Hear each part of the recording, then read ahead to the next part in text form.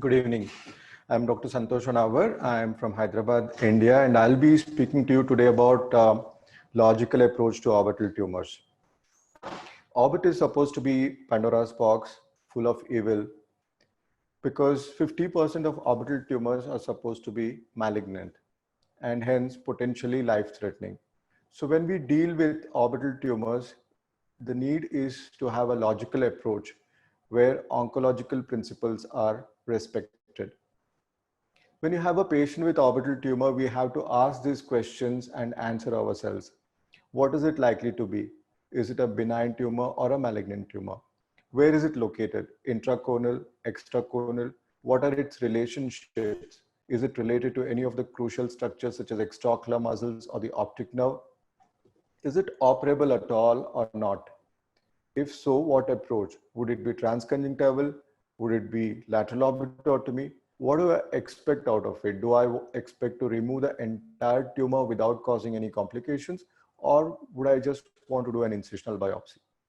To answer these questions, we have to have a very logical stepwise approach, starting with a good clinical history, followed by regional examination, including the orbit, then a targeted systemic evaluation, followed by imaging. It could be ultrasound, CT scan, or MRI as appropriate.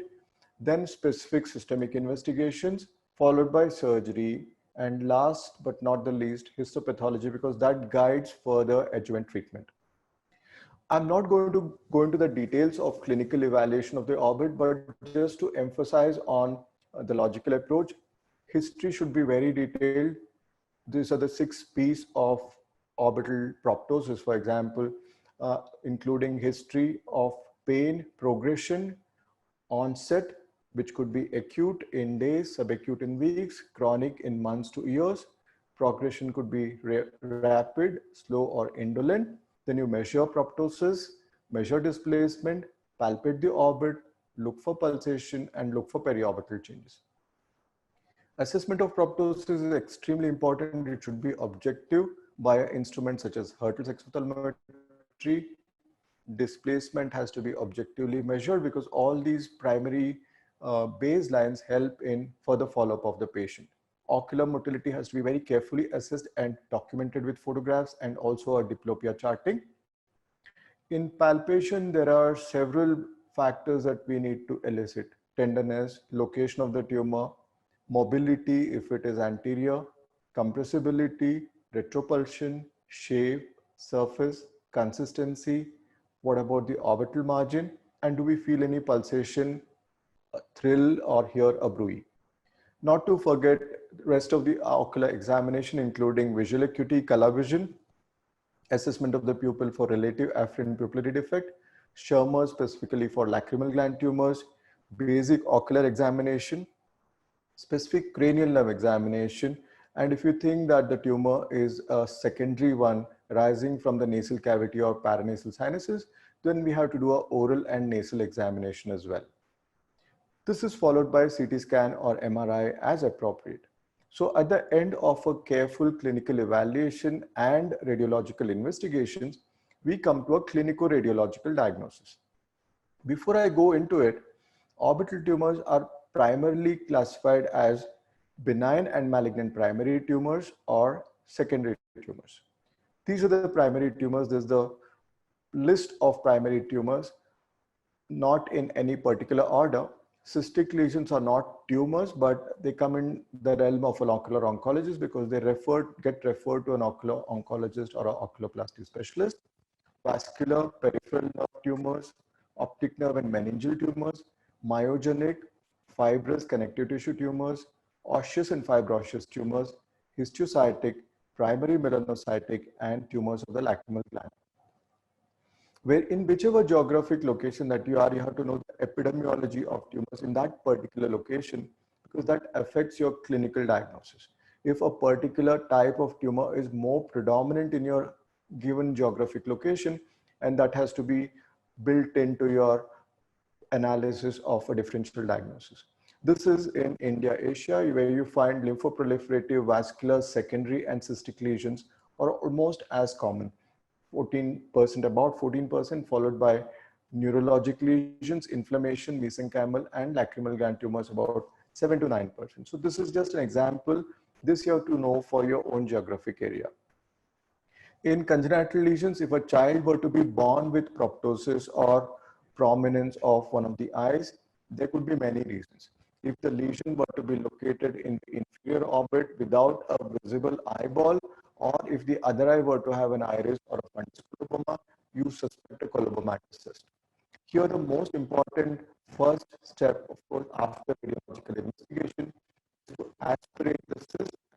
In children, whenever we classify proptosis or arrive at a differential diagnosis, it is based on the age of the individual and also the type of proptosis. In children, the most common cause for axial proptosis is optic nerve glioma. Optic nerve glioma is the most common cause of axial proptosis. In abaxial, we further classify it as subacute and chronic. Subacute causes for abaxial proptosis could be rhabdomyosarcoma, leukemia, primitive neuroectodermal tumor, and alveolar soft sarcoma. Chronic abaxial proptosis are caused by lymphangioma and orbital derma. This is a unilateral optic nerve glioma. You see, despite a largish mass which is located intracorneally posterior, the child has very subtle proptosis. These children have asymptomatic, very subtle, very slowly evolving proptosis because the lesion is a very slowly evolving benign lesion. It could even be bilateral. You see here a bilateral optic nerve glioma in a child with neurofibromatosis. Example of an abaxial proptosis in a child which is subacute, rhabdomyosarcoma, located in the superior orbit extracorneally, pushing the eye down and also causing ptosis because of the mechanical component and also because of the fact that the tumor is affecting the levator palpebrae superioris. In the fornix, you find a fleshy lesion. This is a Bottrior variant of rhabdomyosarcoma. This is one more example of abaxial proptosis in a young child, subacute, because of rhabdomyosarcoma in the inferior orbit with an anterior orbital extension. Example of abaxial proptosis in a 6-year-old child with subconjunctival hemorrhage and broad spots in the fundus, granulocytic sarcoma. And all you need to do here is a peripheral blood smear, which confirms the diagnosis, and the child goes to a pediatric hemato-oncologist. This is a primitive neuroectodermal tumor, simulates rhabdomyosarcoma in its clinical manifestation, and biopsy is the only modality that can confirm the diagnosis. A silent abaxial proptosis in a young child, 6-year-old child, and on scan we find that the lesion is very close to the superior oblique muscle. In fact, it is involving it, very well circumscribed. And on biopsy, excision biopsy, we found that it is alveolar soft sarcoma, a rare tumor, but nevertheless a cause for abaxial proptosis in a young child. Chronic abaxial proptosis could be because of orbital lymphangioma. In fact, this is the most common cause for chronic abaxial proptosis in a young child. Orbital lymphangioma, depending on its location, can cause axial or abaxial proptosis. This is a child with an anterior lymphangioma with mild proptosis and displacement of the eye superiorly. Orbital lymphangioma can also present with acute proptosis because of intralesional hemorrhage, which can be very sudden in onset. This child presented with very acute proptosis without any prior history of proptosis at all, and it looked like as if there was a very acute exacerbation of a lesion that was already there, and this patient resolved with aspiration of the blood and intralesional injection of bleomycin. It turned out to be orbital lymphangioma with the acute bleed inside, which was lying asymptomatic for about 6 years before the child manifested with it. Another cause for chronic abaxial proptosis would be an orbital dermoid. If it's anterior, of course, there will be no proptosis or displacement of the eye, but if the lesion is posterior or in the mid-orbit, there could be displacement of the eye. All these are anterior dermoids, whereas dermoid can also be in the mid-orbit, as you see here. This is in the mid-orbit, causing displacement of the eye and proptosis. And the lesion could be in the posterior orbit with an intraosseous component, in which situation there would be predominant proptosis with mild displacement. So anterior dermoid will not cause proptosis or displacement. A mid-orbital dermoid can cause displacement predominantly, whereas a posterior orbital dermoid can cause both. Dermoid can also be dumbbell dermoid or can have an extra orbital extension as you see here. Here the patient may come with a temporal fossa mass along with proptosis. This is a patient where there is an extra osseous extension where we do a CT scan to evaluate the location of the defect in the bone and tackle that during surgery. In adults, a well-circumscribed mass can be cavernous hemangioma, neurilemoma, neurofibroma, or fibrous histiocytoma. These are the most common differential diagnosis for a well-circumscribed tumor in an adult. The fifth would be a primary orbital melanoma. Cavernous hemangioma typically presents with very mild proptosis despite a large lesion. These are very slow-growing lesions which grow at the expense of atrophy of orbital fat and also accommodate themselves by scalloping the bone or widening or effacing the orbital walls, especially the lateral wall. You see a large lesion causing very minimal proptosis, only 3 millimeters of proptosis caused by a cavernous hemangioma. One more example of a large cavernous hemangioma causing minimal axial proptosis. Again, a cavernous hemangioma. So cavernous hemangioma is the most common cause for a well-circumscribed orbital tumor. Second comes neurilemoma. Neurilemoma can arise from the infraorbital nerve, supraorbital nerve, or any of the nerves in the orbit.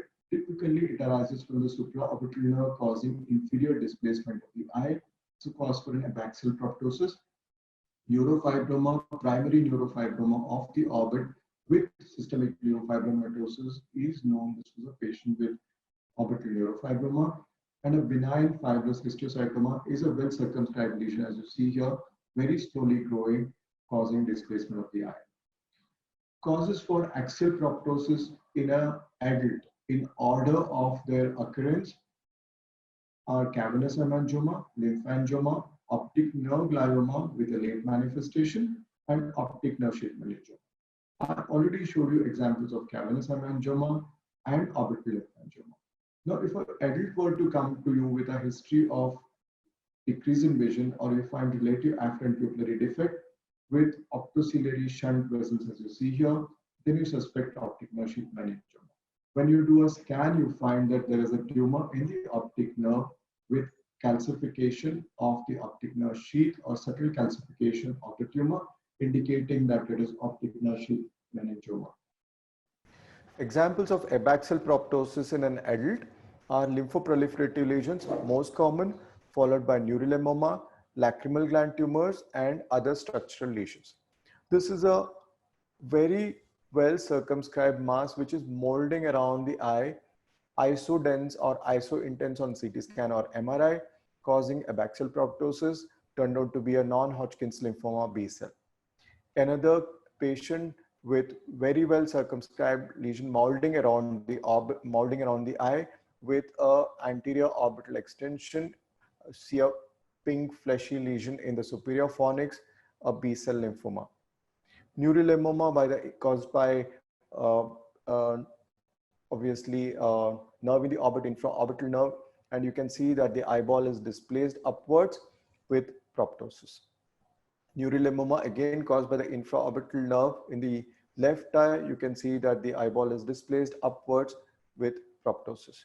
Neurilemoma of the supraorbital nerve, you can find on excision that the long stump of nerve has been excised along with the tumor to prevent tumor recurrence. You can find that the patient has a downward displacement of the eye along with proptosis. This is a very beautiful neurilemoma which shows that neurilemoma can be multifocal. This is along the same supraorbital nerve that we found two neurilemoma. In fact, you can find many small neurilemoma along the course of the nerve. So it's always a good idea to excise the tumor along with a long stump of the nerve. You can see this is the main tumor. Along with that, you find small little neurilemoma in the course of the nerve. Lacrimal gland tumors can be classified simply as epithelial and non-epithelial. Among the non-epithelial, lymphoproliferative disorders constitute tumors, rest of them constitute only inflammation. In the epithelial tumor, textbooks write that 50% are benign and 50% of malignant, and 50% of malignant tumors are adenoid cystic carcinoma. Pleomorphic adenoma of the lacrimal gland is the most common lacrimal gland benign tumor in adults. It presents with a supratemporal orbital mass with downward and medial displacement of the eye. A very well circumscribed lesion with fossa formation in the bone, very characteristic, and it can simply be excised. Surgery is easy either by the Littr's approach or anterior orbitotomy. Very rarely, it can cause erosion of the bone because of pressure effect, a long-standing lesion, but that should not be confused with a malignant lesion. Well circumscribed lesion, despite erosion of the bone, if it's extradural, if it's not involved the dura, not destroyed it, can safely be excised.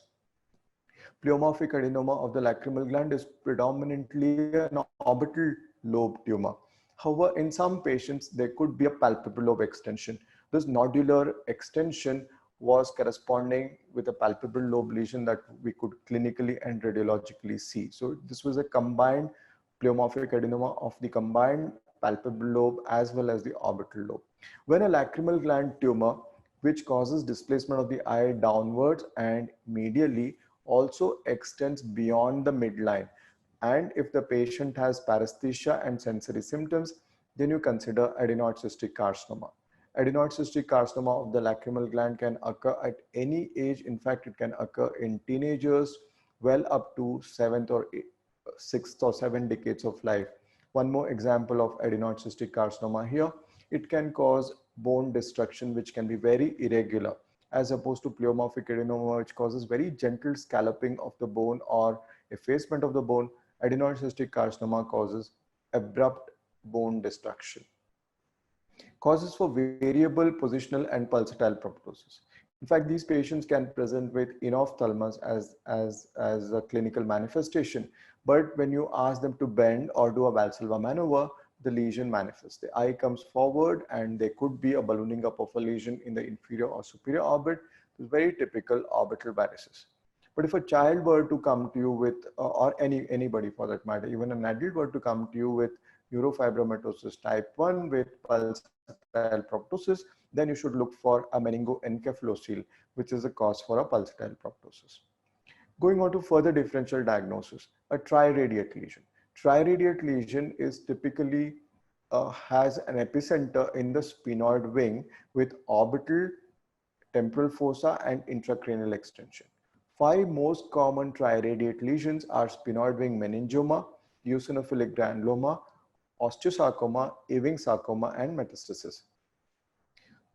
This is an adult patient who comes with corneal exposure. She also has proptosis, downward displacement.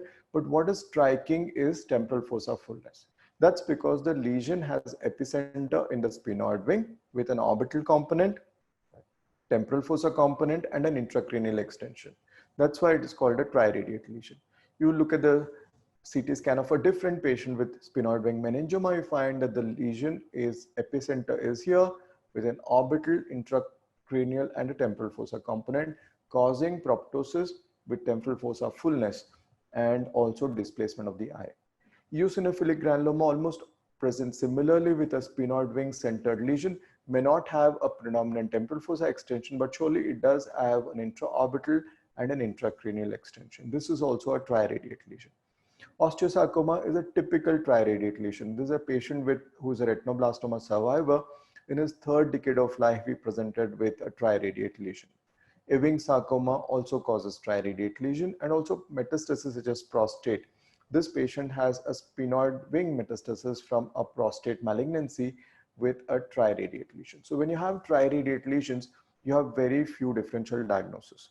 This is an unusual example for a triradiate lesion. This is a patient who's a known case of multiple myeloma, cured of or in the phase of remission of multiple myeloma, but suddenly he presents with a proptosis with downward displacement. When we look at the scan, we find a lesion centered in the sphenoid wing with orbital, intracranial, and temporal fossa extension.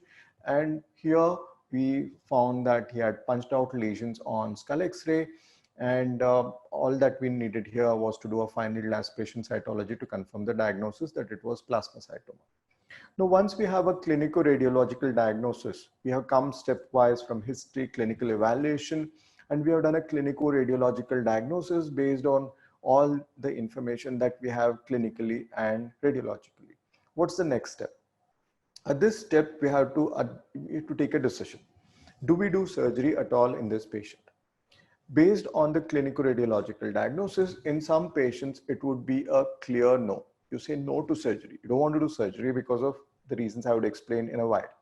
In some patients, you would say clear yes to surgery. Of course, you want to do surgery because that seems the only logical management option. In some patients, you may want to do surgery. You may want to get into discussion with the patient as to pros and cons of surgery versus non-surgical approach. Now, what are those?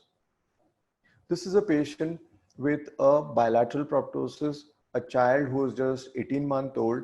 He has temporal fossa fullness with bilateral proptosis, and this is a typical manifestations of metastatic Wilms disease. So no surgery here, just a systemic evaluation, and the child goes to an oncologist. Exactly similar situation, bilateral proptosis with raccoon eye sign, a sphenoid wing centered lesion. Typical case of metastatic neuroblastoma. Again, no surgery here, child goes to an oncologist. Granulocytic sarcoma, patient with proptosis, subconjunctival hemorrhage, rot spots in the fundus. All you need to do here is peripheral blood smear, not an orbital biopsy, and the child goes to a pediatric hemato-oncologist. This patient I showed you, plasmacytoma, all that we did to diagnose here was a fine needle aspiration cytology. So those are the patients clearly are no to surgery. There are some patients where you say no to surgery, but you still want to intervene. Non-surgical approach to orbital tumors. Like this patient who's an airline pilot, has almost no proptosis, but he was failed in the recent medical exam because he had a visual field defect. And when we did an MRI here, we find that there is a cavernous hemangioma sitting exactly at the orbital apex and peeping into the superior orbital fissure, causing the visual loss that he had. He had visual field defect caused by this tumor, which was pressing on the optic nerve. Cavernous hemangioma, of course, is a surgeon's delight. But would you want to meddle in the area of orbital apex and superior orbital fissure in this patient whose only known occupation is flying airplanes? It's very difficult clinical situation because the patient may end up with further loss of vision, further loss of visual field, or even subtle diplopia, which may preclude him from carrying out his normal activities. So in such patient, we may not want to do surgery. We may not want to do surgery at all and consider other possible options such as stereotactic radiation. We did that here, and consequently you can see that the tumor has reduced to about 25 to 30% of its initial volume, and you find that his visual field has completely returned to normal and he was back to work. This is reported in the literature as well. This patient who has a small cavernous hemangioma peeping into the superior orbital fissure and at the optic nerve with consequent severe visual field loss was treated as per the literature by gamma knife radiation, 2000 centigrade. His tumor became smaller in size and visual field defect became totally normal. So there are non-surgical options to even benign tumors by means of very creative use of radiotherapy. We can treat some of these tumors. So current understanding is that even if it's a benign tumor, if it is pear-shaped, impinging on the superior orbital fissure and the optic nerve, you may not want to do surgical treatment. You may want to consider radiation. The next option, of course, for orbital tumors is injections. Orbital lymphangioma is no longer treated with surgical excision. This young lady wants cosmesis. She has mild axial proptosis of the right eye and she wants cosmesis. She also has recurrent hemorrhage, mild hemorrhage, and also subconjunctival hemorrhage because of a long-standing orbital lymphangioma. She wants relief from that. What if you were to do surgical intervention? You can do surgical intervention to debulk the tumor, but it is all around the superior rectus LPS complex, lateral rectus, medial rectus, and the optic nerve. So you might want to get into the lesion from supranasal or supratemporal orbit aspect, but the chances are that you may end up with a complication, even diplopia, even ptosis for that matter, and she doesn't want any of that. How do you treat it?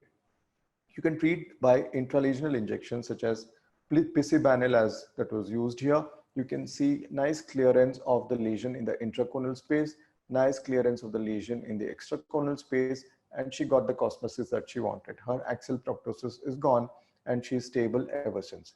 So this was treated by injection Picibanil. If there is a chocolate cyst or a macrocystic lymphangioma, then you aspirate the chocolate cyst or macrocystic component of lymphangioma. The blood is aspirated either CT guided, or if it's palpable anteriorly, or you can get into it by radiological clues. Even without a CT guided aspiration is fine as long as it's extraconal, and then inject bleomycin into the lesion. So you hold the needle exactly where you were when you aspirated so that you don't get displaced out of the macrocystic component of the lesion, and you inject bleomycin.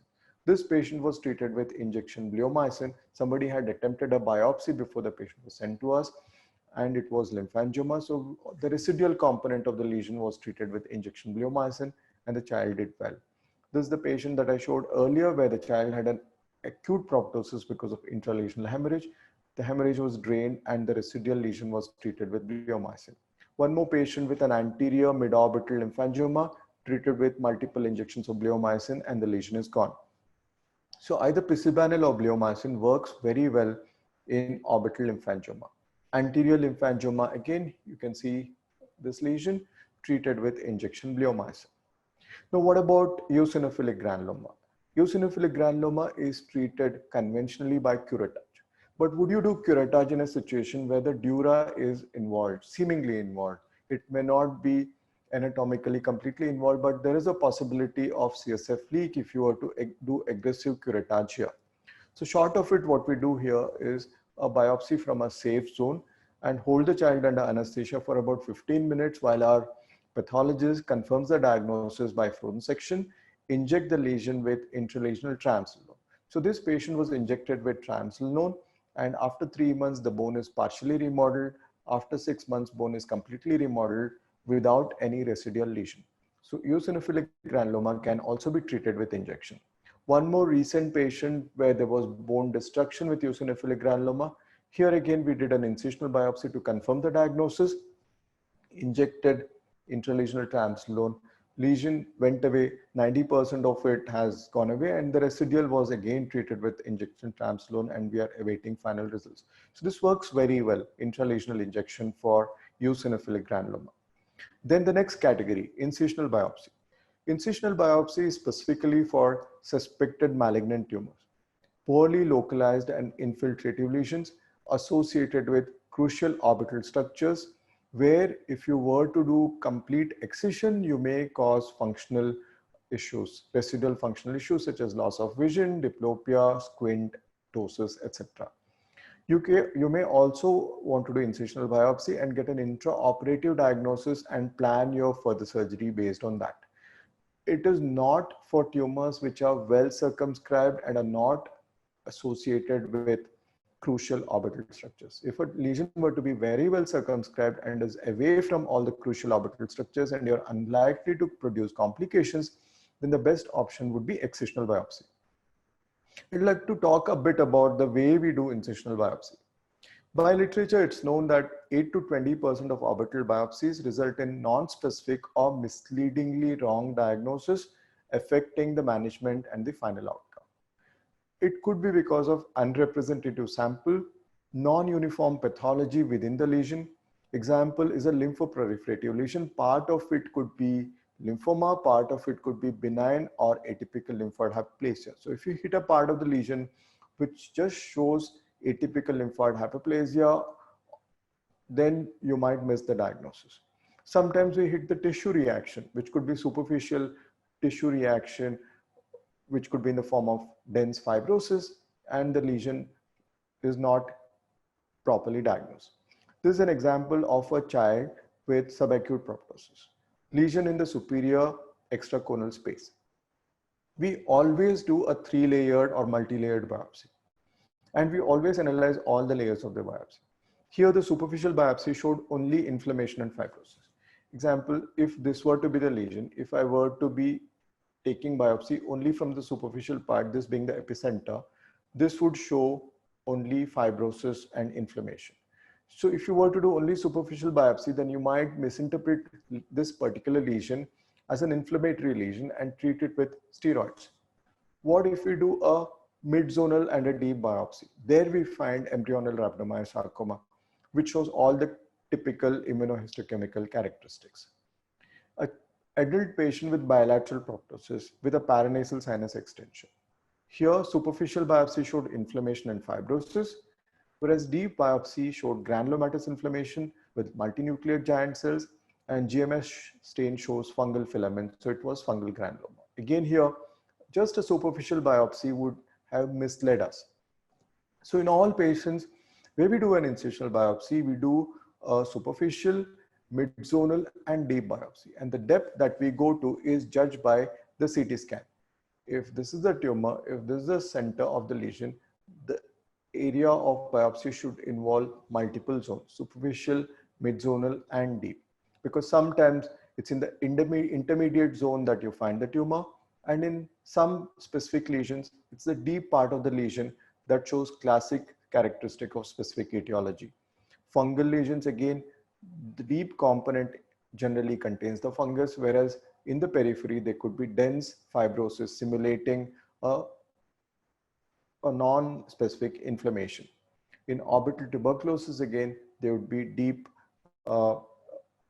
part of the lesion which would reveal the infection. So in orbital incisional biopsy, we recommend that we do a layered biopsy, superficial, intermediate, and deep, going to the epicenter of the lesion, which is estimated in depth based on the CT scan and MRI. Now, if you have any doubt about where you are in the orbit, then you can use 3D localization techniques. 3D localization techniques or intraoperative localization would be very useful if you were to have a lesion which is in the posterior orbit. You can use intraoperative localization and make your instruments navigable. This is a patient where we are doing a biopsy from a deep-seated orbital lesion, where the forceps itself or a probe that can be made navigable can be used to confirm where exactly you are in the orbit before we take a representative sample from the orbit. So these techniques actually help us localize the lesion and localize the area where we are doing biopsy from. So following incisional biopsy, some patients would need chemotherapy. If they have a systemic manifestation, some patients may simply need radiation. For example, this is a patient with orbital lymphoma mantle cell stage 3, simply treated with bendamustine and rituximab. So without any functional or cosmetic blemish, his lesion is cured. So incisional biopsy helps us confirm the diagnosis, guides us towards specific systemic investigations, based on which we decide what is the final management in consultation with the oncologist. Now, what about excisional biopsy? Excisional biopsy is for benign or malignant lesions as judged by clinical radiological evaluation, well circumscribed and localized lesions. So any tumor which is benign or malignant as judged by clinical radiological evaluation, which is well localized and circumscribed, non-infiltrative, not associated with crucial orbital structures, can be treated with excisional biopsy. Because these lesions which are not associated with crucial orbital structures have minimal risk of functional deficit. So of course there's a risk, but it is very minimal, and that needs to be discussed with the patients. There are several surgical approaches: neurosurgical, endonasal, and orbital. If a tumor were to be predominantly in the posterior orbit with intracranial extension, such as optic nerve glioma with intracranial extension, then that would be a neurosurgical approach. If a tumor were to be predominantly nasal or paranasal sinus with orbital extension, that could be an endonasal approach or done in concurrence with an ENT surgeon. If the tumor is predominantly orbital, then we have several approaches: transconjunctival, anterior orbital, lateral orbital, or a combined approach. Now, anterior orbitotomy can be done by a lid crease incision. Superior subdural incision is called Benedict incision. You can also do a vertical lid split incision called the Byron-Smith. A lesion such as a dermoid, which is located in the anterior orbit, can be excised with a lid crease incision, which is extremely forgiving in terms of cosmesis. For a supranasal lesion, which is in the anterior or mid-orbit, you can excise with a lid split approach, vertical lid split approach, or a subdural incision for a lacrimal gland malignancy. This was an adenocarcinoma. In lacrimal gland malignancy, when we do biopsy, we prefer a direct approach, not a lid crease approach, because that causes multiple layers of tumor infiltration. If it's only an incisional biopsy, we can seed the tumor in multiple layers. This planning and giving radiation becomes very, very difficult. So in a suspected lacrimal gland malignancy, we approach the lesion directly by an incision right in the subro region. In lateral orbitotomy, there are several approaches. Cronley and Berkeries were older ways of approaching the orbit. Currently, we used a modified Stellarite, which is not as acutely S as this, but a very lazy S like that, or a eyelid crease incision. These are approaches for lateral orbitotomy. But what is the current trend is to do a minimal access surgery. It means that for several lesions, in fact, about 2/3 of lesions, you can approach these lesions by a transconjunctival approach. Less is more is the dictum. In transconjunctival orbitotomy, there are several incisions. You can do a medial or lateral perilimbal or paralimbal incision, but more popular are transcaruncular incision, which goes by the name of Balken-Goldberg, inferior fornical extension of the same lesion with a lateral canthotomy and an inferior cantholysis gives you a panoramic view into the orbit. In fact, any tumor which is located in the medial, inframedial, inferior, infralateral, and to a certain extent supralateral can all be approached by transconjunctival incision. What cannot be approached by transconjunctival incision are the lesions that are located in the superior orbit, because then you have to breach the fornical attachment of levator, thus having a risk of ptosis. So every other lesion except those located in the bank superior aspect can be approached by transconjunctival incision. This is a child I showed you earlier with an orbital teratoma. Now this lesion is on both the sides of the optic nerve, lateral as well as medial, with extra conal as well as intraconal extension. Here we approach by a transconjunctival incision with a lateral canthotomy and inferior cantholysis. That is the lateral cystic component of the lesion. And you can see this optic nerve there, and medial to it is a solid component of the lesion. So all this was excised under visualization using an operating microscope. That was the groove in the tumor where the optic nerve passed, and the optic nerve was very well preserved. This is the final outcome after 6 weeks. Of course, the child has residual esotropia that needs to be corrected, but there was no damage to the optic nerve at all because we could see everything. This was a very panoramic kind of an approach where the tumor was completely seen, optic nerve was visualized before it was dissected free from the tumor. This was a intraconal cavernous hemangioma where we do the transconjunctival approach. I'll show you a video clip here. You start with a small lateral canthotomy. That's the lateral canthotomy, about 8 to 10 millimeter, followed by inferior cantholysis. This is optional, but if it's done, then you get very loose lower eyelid. You can straight away go to the inferior fornix, localize the inferior fornix, and be about 4 to 5 millimeter away from it. So in fact, the incision is about 4 millimeter from the lower edge of the tarsus and about 4 millimeter from the inferior fornix. Retract and approach the area of interest directly, that is the inferior orbital margin. Make an incision in the periosteum very close to the inferior orbital margin, not to damage the infraorbital nerve at this stage. Then dissect the periorbita until the end point is reached. End point for me is visualization of the apex of the inferior orbital fissure or the infraorbital nerve. As we approach the apex of the inferior orbital fissure, we stop the dissection and we cauterize the bleeders. Perforating vessels through the bone are gently cauterized using a fulguration mode of RF.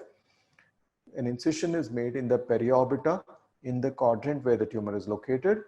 Orbital retractors are used to gently retract the orbital fat, and the lesion is localized and it is dissected without using a sharp tipped instrument, using blunt dissectors.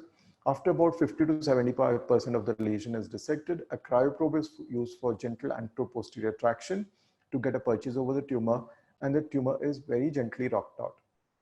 As the tumor comes out, we have to visualize if there's a posterior feeder vessel, that has to be cauterized to minimize the risk of secondary hemorrhage. Then all that we do is to close the lateral canthal incision, re-establish the lateral canthal angle, and conjunctival suturing. Conjunctiva is simply closed with interrupted sixovital sutures. A few of these sutures is all that is required. And these patients generally do very well. The same patient after about 2 weeks after surgery, without any morbidity that follows a large orbitotomy or bone cut orbitotomy. These patients do very well. There is scarless healing. So transconjunctival approach is extremely gratifying. These are some of the examples of patients who have received a similar surgery. This was a cavernous hemangioma in a young adult operated by a transconjunctival approach. This was a neurilemoma from the infraorbital nerve by the transconjunctival approach. Fibrous histiocytoma by the transconjunctival approach. Now, when we do lateral orbitotomy, currently we prefer lateral orbitotomy without a bone cut. This is a patient with adenoid cystic carcinoma of the lacrimal gland with bone destruction. But again, we use multimodal treatment here. So we don't excise the bone, but we excise the entire tumor along with the periosteum that is affected and that is investing it. So here we have a direct approach, not a Littke's approach. We identify the periosteum that is adherent to the tumor and make an incision about 10 millimeter away from the area of adhesion. That's how we estimate the amount of periosteum that is adherent to the tumor and make an incision about 10 millimeter away from the area of adhesion. Then the tumor is dissected using blunt dissectors and a combination of blunt and sharp dissection wherever there is fibrous adhesion, making sure that we're not damaging any crucial structure. Then after having dissected the tumor to about 75%, cryoprobe comes in for anteroposterior traction. Vascular pedicles are cauterized and the lesion is delivered. So it's the same patient following 3 weeks postoperatively, she does well. So this was without a bone cut. At least in adenoid cystic carcinoma, it is advisable not to do the bone cut. And even in patients who have other benign or malignant lesions in the orbit, we try not to do the bone cut to minimize morbidity. What next after surgery? Next after surgery is a very careful attention to histopathology. Pathologist has to give out the diagnosis and you query the pathologist. If you have any doubt at all, have a discussion with the pathologist based on which they might do further specific tests such as immunohistochemistry and also gene rearrangement and other specific tests that are available in advanced histopathology of the orbital tumors. And finally, the diagnosis is concluded. Based on that, you have a discussion with the oncologist, design what systemic evaluation that the patient needs, and provide further chemotherapy and or radiotherapy depending on the tumor. So that's called adjuvant therapy. So based on the histopathological diagnosis in a malignant tumor, for a microscopic residual tumor in the orbit, you'll have to provide adjuvant radiation. If the patient has any risk for systemic metastasis, then we have to provide adjuvant chemotherapy. Now, what about multimodal therapy? Multimodal therapy is nothing but a combination of surgery, radiation, and chemotherapy at a specific sequence. This is a patient with sebaceous gland carcinoma of the eyelid with anterior orbital extension. This patient has undergone orbital exenteration. Orbital exenteration is a mutilating surgery done in specific conditions such as orbital retinoblastoma, rhabdomyosarcoma, adenoid cystic carcinoma, orbital sebaceous gland carcinoma, and orbital extension of conjunctival squamous cell carcinoma. Is it effective? It's a surgery which causes a lot of morbidity, mutilating, but is it really effective? Look at the literature and you find that it is not effective at all in terms of life salvage. Orbital RB has about 75% mortality. Rhabdomyosarcoma managed primarily with orbital exenteration has up to 40% mortality. Adenoid cystic carcinoma, sebaceous gland carcinoma, and squamous cell carcinoma are no different. They have high risk of systemic metastasis and mortality despite what we consider as the primary management modality, that is orbital exenteration. There we do multimodal treatment. In orbital retinoblastoma, we begin with high-dose neoadjuvant chemotherapy. This child has orbital retinoblastoma, that's the orbital component of the tumor. After 3 cycles of neoadjuvant chemotherapy, eye has gone into comfortable phthisis, as you see here, and the orbital component has completely disappeared. At this stage, we do an enucleation with a long optic nerve stump, treat the orbit with stereotactic radiation, and provide adjuvant chemotherapy for 12 cycles. That is the protocol for orbital RP. Does it work for optic nerve extension? It does. As you see here, you find that the patient has an optic nerve extension with gross thickening of the optic nerve. Following 6 cycles of neoadjuvant chemotherapy, optic nerve has returned to its normal caliber. When we would do enucleation with a long optic nerve stump and provide further radiation and chemotherapy. It also works for anterior intracranial extension of retinoblastoma. This patient has extension of the tumor right up to the cavernous sinus. Following 6 cycles of neoadjuvant chemotherapy, there is a residual tumor of the superior orbital fissure that can easily be treated with stereotactic radiation. Of course, the eye needs enucleation with a long optic nerve stump and adjuvant chemotherapy as well. The benefit is that we don't have to do orbital exenteration. Children retain excellent cosmesis following enucleation, and there is a high success rate. In rhabdomyosarcoma, smaller the residual tumor, better it is. We all understand that. But what if the tumor were to be located around crucial structures such as inferior rectus muscle? Suppose I were to excise this entire tumor along with the inferior rectus, child would be left with refractory strabismus, which cannot easily be repaired, and the child would go amblyopic. So there, what we do is, if this is the inferior rectus muscle and the tumor is all around it, we leave a wedge of the tumor or a part of the tumor, as you see here, around the inferior rectus muscle, remove the residual tumor, rest of the tumor. So residual tumor can easily be treated with stereotactic radiation and adjuvant chemotherapy, and these children typically do well. This is a child with a large rhabdomyosarcoma where orbital exenteration is necessary, but to minimize intraoperative risk of bleeding, we can chemoreduce it and do a safe orbital exenteration. In adenoid cystic carcinoma, again, we follow the same principle where we chemoreduce the tumor by providing neoadjuvant chemotherapy. Then we do en bloc excision, then extended field radiation, including the superior orbital fissure and the cavernous sinus, followed by adjuvant chemotherapy to minimize the risk of systemic metastasis. Example here, this is at the initial presentation. The tumor is reduced by about 30% of its initial volume following neoadjuvant chemotherapy, at which point we did an excision and provided adjuvant radiation and adjuvant chemotherapy, and that's the final outcome of the patient 5 years later. One more similar example of adenoid cystic carcinoma. And bone remodels. This patient has a bone defect, which is because of tumor infiltration. We don't have to do orbitectomy in such patients. We simply remove the tumor after doing neoadjuvant chemotherapy, and the residual is treated with stereotactic radiation. You can find the nice remodeling of the bone after 3 years. A child with adenoid cystic carcinoma of the orbit, this called for primary orbital exenteration because it was very extensive. But by multimodal treatment, we could treat it, and there is complete resolution of the lesion with complete remodeling of the bone after 1.5 years. So what if you have a recurrent adenoid cystic carcinoma with prior radiation? If the patient has had prior radiation, we cannot give radiation again despite having an orbital recurrence because full dose radiation has already been given.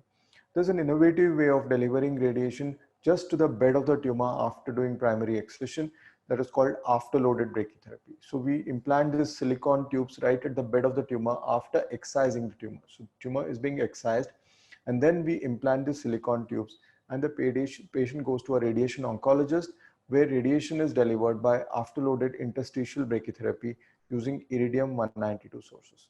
With multimodal treatment for adenoid cystic carcinoma, there is excellent outcome. These are 3 groups of patients that we had historically.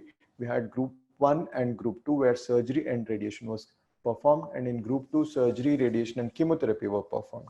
In group 3 multimodal treatment was performed. Looking at the outcome, you can find that in group A and B, there's a much higher chance of local tumor recurrence, much lower eye salvage, much higher chance of orbital exenteration, and much higher chance of systemic metastasis. Where in the group that received multimodal treatment, there's only 10% chance of local tumor recurrence, 95% chance of eye salvage, only 1 patient needed orbital exenteration, 80% retained useful vision, and only 1 out of 20 developed systemic metastasis. So turnaround in adenoid cystic carcinoma of the lacrimal gland by using multimodal treatment. This can be used for sebaceous gland carcinoma as well with orbital extension or regional lymph node metastasis. This lady has a large sebaceous gland carcinoma with orbital extension and regional lymph node metastasis. Following neoadjuvant chemotherapy, you can find that the orbital component has much reduced, eyelid component is much reduced, now amenable to excision or even orbital exenteration, which is less extensive, and her regional lymph nodes have settled down. Thus, she can avoid radical neck dissection and go for only external beam radiation.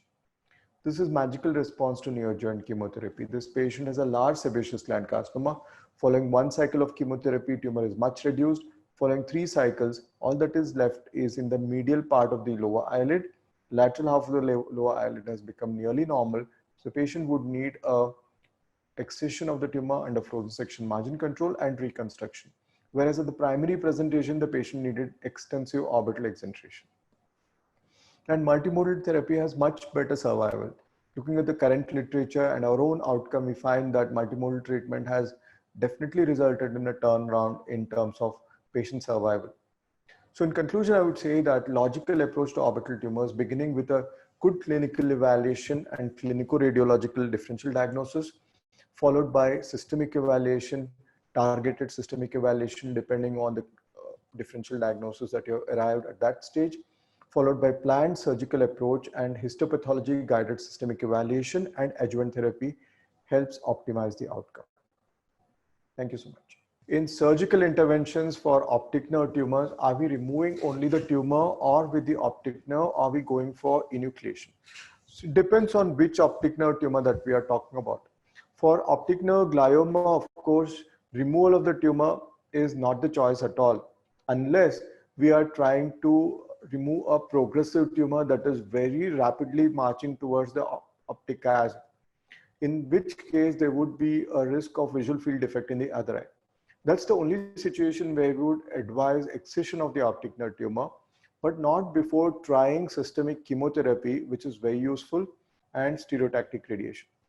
So optic nerve glioma, you may want to confirm the diagnosis and the grade of the tumor by an incisional biopsy from a safe zone, but no excision is advised unless in the situation that I mentioned. In optic nerve sheath meningioma, again, there is no surgical excision. It's stereotactic radiation that works very well for optic nerve sheath meningioma. So in optic nerve tumors, we don't try to remove the optic nerve unless it's a malignant tumor where there is no other option. There might be a malignant tumor, a rare one, where no chemotherapy or surgery may work. No chemotherapy or radiation may work. Such patients may undergo excision of the optic nerve along with the tumor. Otherwise, we try to preserve vision as much as possible. Could you again show the slide showing aspiration? Well, I don't think I can go back to this slide, but aspiration is a very simple technique. If the lesion is posterior, then you might want to do it under CT guided or intraoperative ultrasound guided. If it's a palpable lesion or if it's in the mid orbit, you can, with of course CT guidance, film or MRI guidance, you can approach the lesion very safely. Extracorneal lesions are safe to approach by aspiration. How to ensure good amount of biopsy from an ill-defined orbital mass? Well, the amount of biopsy, how deep you want to go into the tumor, depends on the estimation of the size of the tumor on CT scan and MRI. If the tumor is, say, well beyond 15 millimeter in thickness, we always go to the area where it is maximally thick. Of course, you have to take into consideration what would be the safe approach. If the safe approach is, say, superolateral, and you can easily go up to the maximum depth of the lesion by that approach, that would be the approach. That is always guided by a CT scan and the functional problems that you may cause by a particular approach. So a combination of factors matters when you do an approach for biopsy. So you always have to take at least 50% of the depth of the tumor or the thickness of the tumor. That is the epicenter. Epicenter is the center of the tumor. So to approach the center and slightly beyond. So if it's a 15 millimeter thick orbital tumor, I would go up to say 7.5 to 10 millimeter depth. So I would take superficial biopsy, then go mid-zonal and then deep. indication for enucleation and exenteration in orbital tumor? Well, in orbital tumor, there is no indication for enucleation per se. Orbital tumors are not treated by enucleation, except in patients where there is optic nerve glioma, where you want to approach the tumor from the orbital side, and you cannot do without enucleation. In a sightless eye, you can do that. Exenteration of orbital tumors is for lesions which cannot be otherwise treated with multimodal treatment, or tumor is so extensive, or if the multimodal treatment fails, then you approach it by orbital exenteration. Typically, in a patient where there is adenoid cystic carcinoma of the lacrimal gland, which is very extensive, and even on chemoreduction, there is insufficient chemoreduction, and you feel that the residual tumor is not amenable to stereotactic radiation, then you perform orbital exenteration. Or in rhabdomyosarcoma, where chemotherapy has failed, if it's a recurrent or a refractive tumor, multi-drug resistant tumor where chemotherapy radiation has failed, then you do orbital exenteration. Otherwise, there are very few indications for primary orbital exenteration for tumors left now. What is the best way to dissect a tumor? I see that the dissection is so clean. Cotton bud, cryo, scissors, monopolar.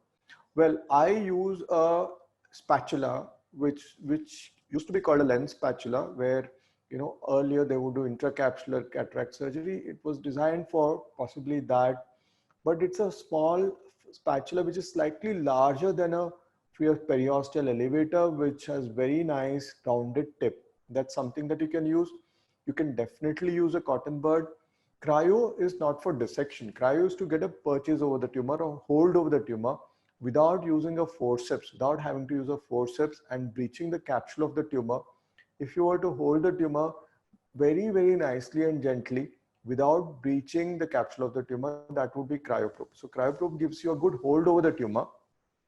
And as you start lifting the tumor up, you will find the posterior structures that are adherent to the tumor. So everything is under visualization in orbital surgery.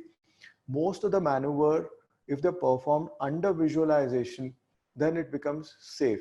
If you do blind dissection using your fingertip or instruments that are just sent, put into the orbit without visualizing where you are, what are you doing, and without monitoring the pupil, then it becomes unsafe surgery. Scissors are generally avoided in dissection unless you're sure that what you're cutting is a non-crucial structure such as fibrosis. Monopolar cautery is best avoided because it causes optic nerve trauma. What do you do if tumor erodes orbital roof and during surgery we encounter this?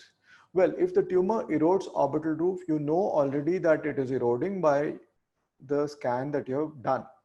Well, intraoperatively, if there is any addition of the tumor to the dura mater, the bone is eroded and you find that the tumor is adherent to dura, well, that is a call you must take. If you feel that the tumor is minimally adherent to the dura, then you can try to dissect it. Dura is a tough structure. It is not as thin as even the periosteum. It's a very tough structure. So you can take liberty with dura if it's a small area of adhesion. And you can keep orbital fat and glue, cyanoacrylate glue standby. So if there is a CSF leak, you don't have to worry. You simply plug in the area of the leak with a small bit of orbital fat and glue using cyanoacrylate glue. And that works fairly well. That's what the neurosurgeons advise. So you don't have to worry about small CSF leak, and you can go ahead and dissect the tumor off the dura rather than leaving it there and risking local tumor recurrence. But if it's a large area of dural adhesion, well, then you might need the help of a neurosurgeon. How to differentiate dacrocystitis from lacrimal gland tumor? I think it's fairly simple.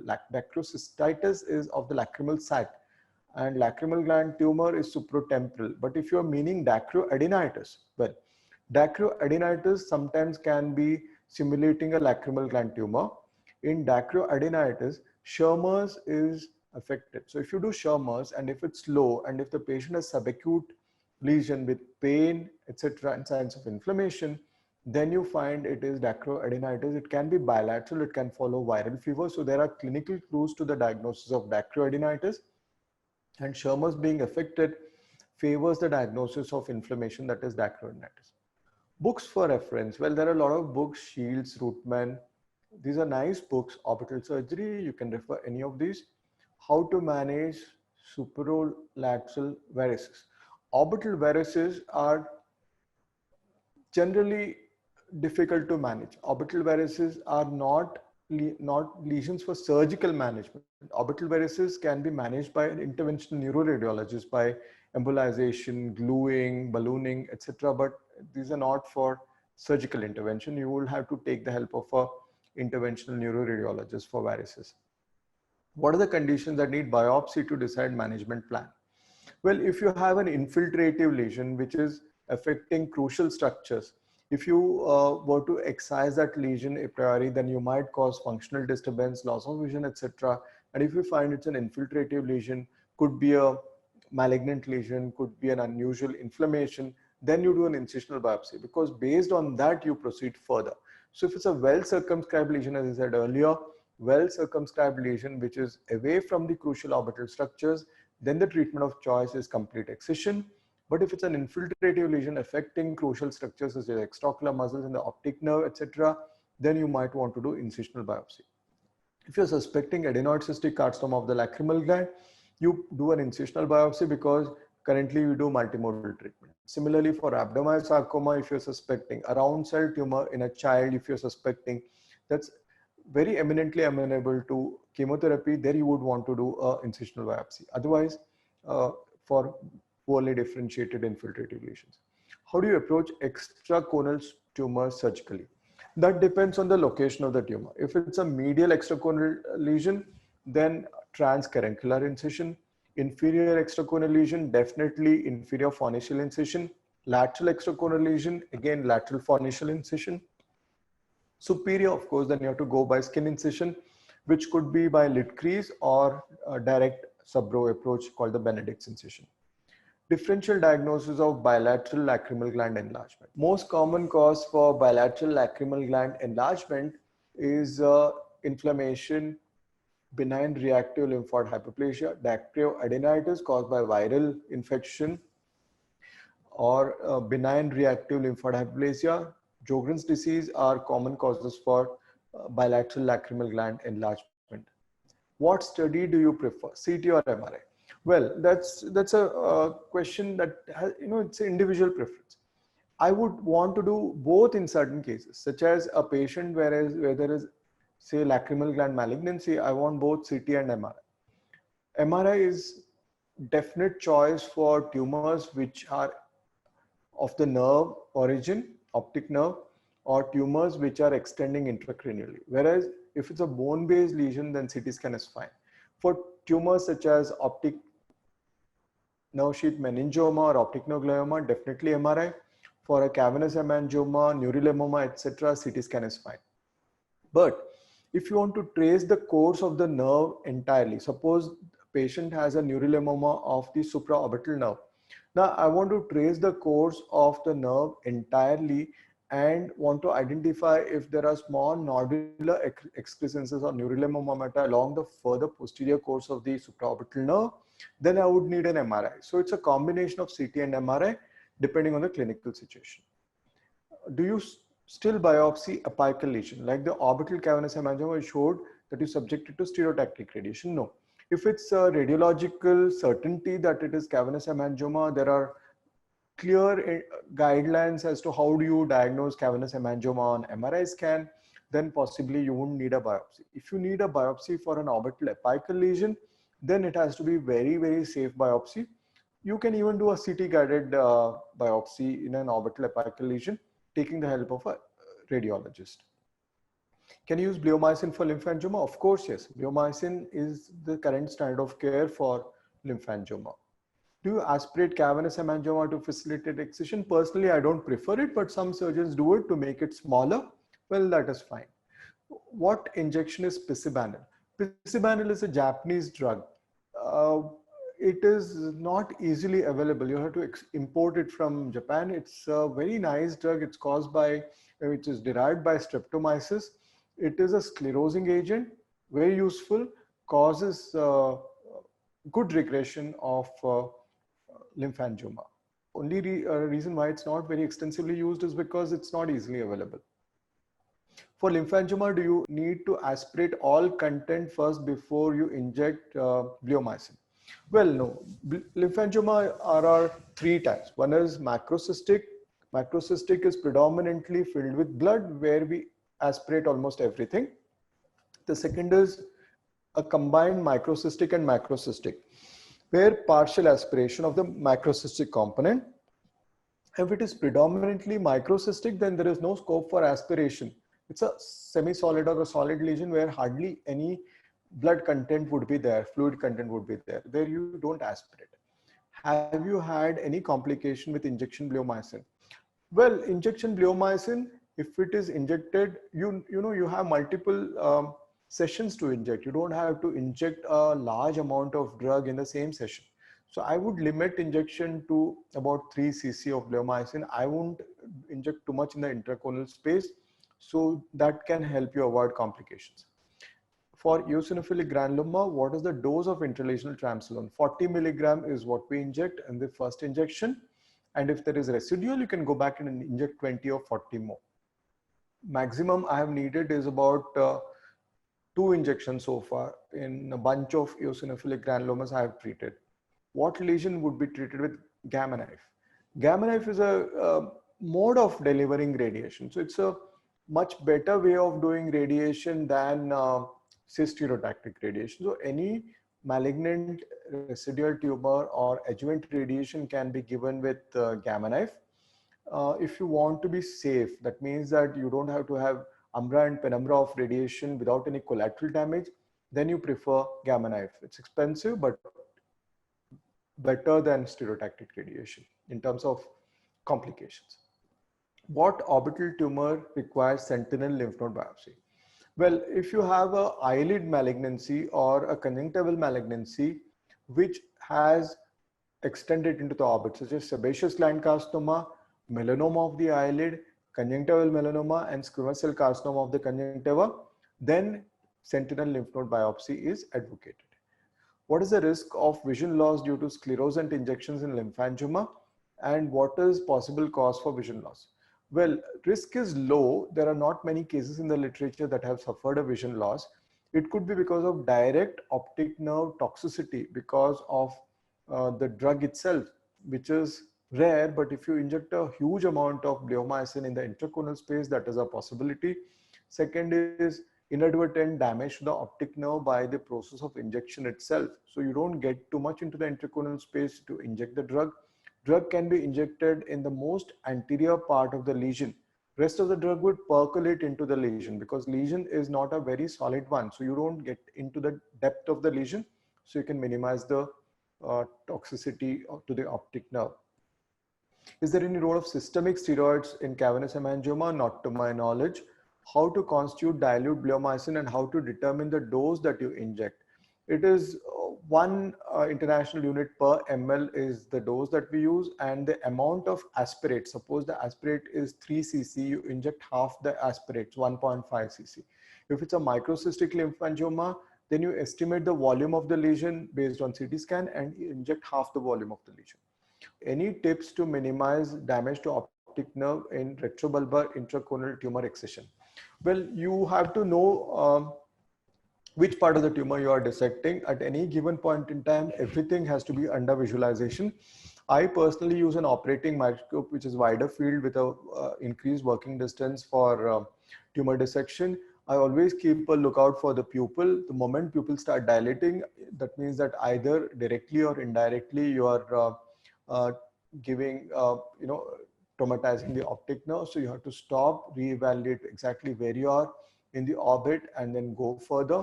So if you don't dissect the part of the tumor which is towards the optic nerve until you apply a cryoprobe and look at the posterior aspect of the lesion, you can be possibly be safe with optic nerve. How to manage postoperative enophthalmos? Well, you really don't have to manage enophthalmos because it's not going to be too much.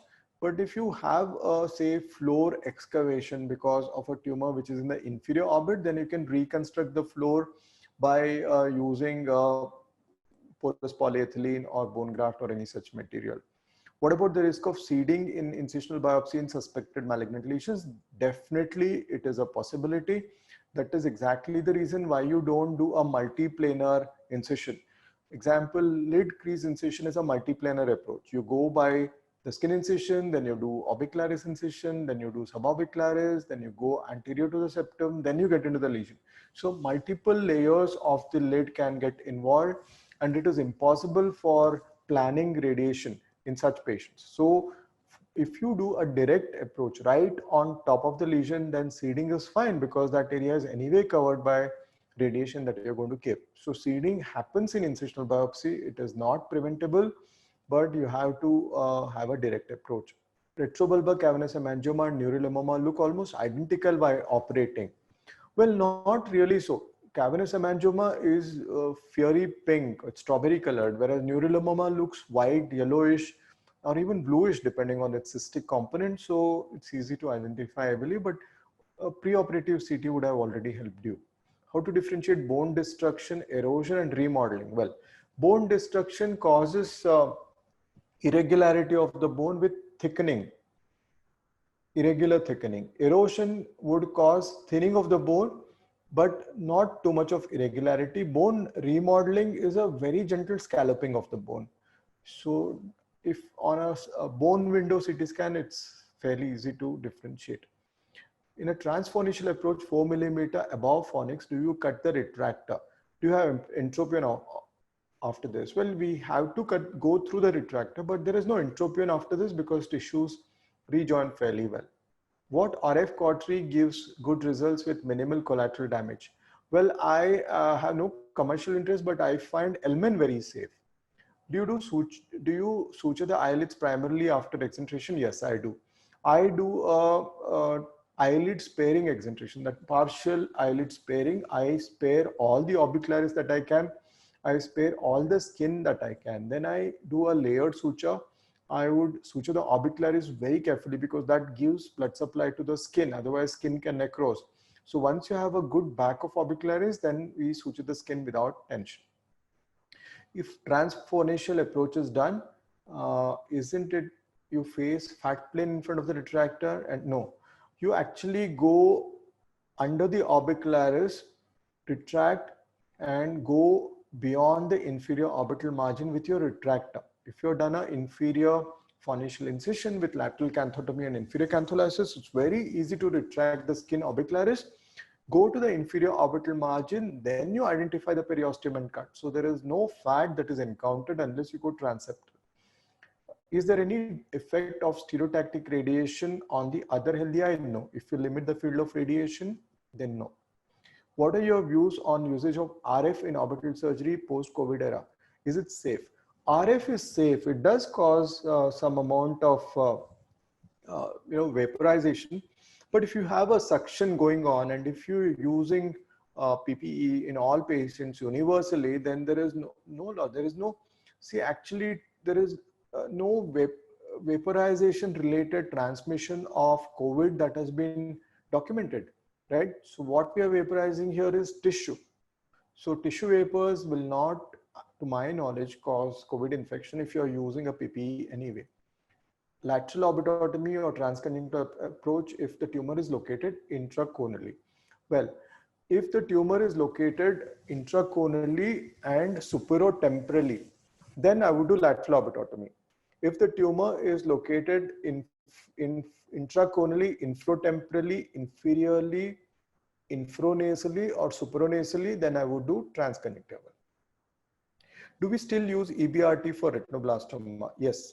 We use it only as an adjuvant treatment for patients who have optic nerve extension to the level of transection or orbital retinoblastoma. These patients generally are non-heritable. Orbital retinoblastoma is the disease of older children. Generally, these are non-heritable, but despite the risk that we have of second malignant neoplasm, our primary goal is to save the child. So we have to do radiation in these patients as adjuvant treatment. Following exentration for an orbital tumor, how do you manage a patient who presents with osteomyelitis of the frontal bone in the socket? Well, if that has happened, then you have to get a diagnosis for osteomyelitis. What is the infecting organism? Curate the bone which is involved and give antibiotics systemically as well as locally. Possibly that's how I would manage it. Can you comment on hemangiopericytoma in terms of its pathogenesis and how it can be clinically distinguished from cavernous hemangioma? Clinically, sometimes it's very difficult to differentiate. Clinically, if it looks on MRI like a cavernous hemangioma but has extreme degree of vascularity, and also if the ocular motility is affected and it's rapidly growing, proptosis disproportionate to the size of the lesion, then you may consider hemangiopericytoma as a possibility in your clinical radiological differential diagnosis. Can one do surgery after radiation? Well, yes, you can, and healing is slightly prolonged but not difficult. What do you think about endoscopic external orbital approach? Yeah, it's a very good approach. Some surgeons actually use an endoscopic external orbital approach to visualize the lesion. Some even use a combination of endoscopy and external approach. These are innovative ways of doing orbital surgery. If you have these facilities, use most micrography for lid tumors. I don't use most, but I use intraoperative frozen section. Conjunctival map biopsy. Well, how do you do conjunctival map biopsy? Although it is not related to this lecture, I will tell you. Conjunctival map biopsy is to map out the entire conjunctiva. You draw the entire ocular surface on a filter paper. Then you take bits of conjunctiva from 3, 6, 9, and 12 o'clock paralimbal, inferior fornical, superior fornical, inferior palpebral conjunctiva, superior palpebral conjunctiva, and plica caruncle, and from the lateral fornix. So that is a bunch of biopsy that is laid nicely on a filter paper. Each biopsy is numbered and sent to the pathologist, so that pathologist will tell you exactly which ones are involved. Then you can map out the area extent of the sebaceous gland carcinoma that is involving the conjunctiva.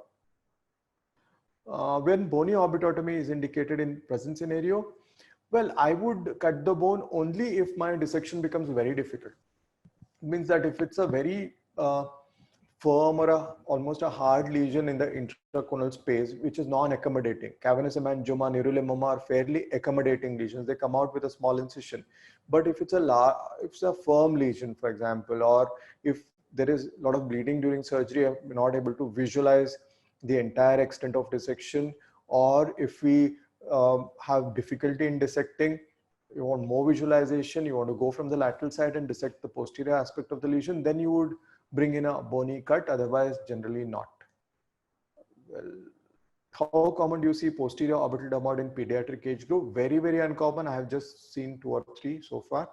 Do you consider intra-arterial chemotherapy for adenoid cystic carcinoma? Yes, I wouldn't do that myself. I do. The reason why we do systemic chemotherapy is this, that, you know, look at the literature. Many patients, 50%, 75% is the mortality with adenoid cystic carcinoma. Why do they die? And when they have metastasis, they don't have a recurrence in the orbit. They have metastasis. Why did they have metastasis when the local tumor is under control? That's because micrometastasis has already taken place by the time you have gotten to diagnose the tumor and treat it. So systemic chemotherapy is given not just to chemoreduce the tumor, but also take care of the theoretical risk of micrometastasis. In fact, it's a real risk. But if you do intra-arterial chemotherapy, it shrinks the tumor, no doubt, as David Say has shown very elegantly, but it doesn't cause any effect, or it doesn't have any effect on systemic micrometastasis. So I would prefer systemic chemotherapy. What about optic nerve meningioma? Optic nerve meningioma with extension till orbital apex, but not optic canal extension.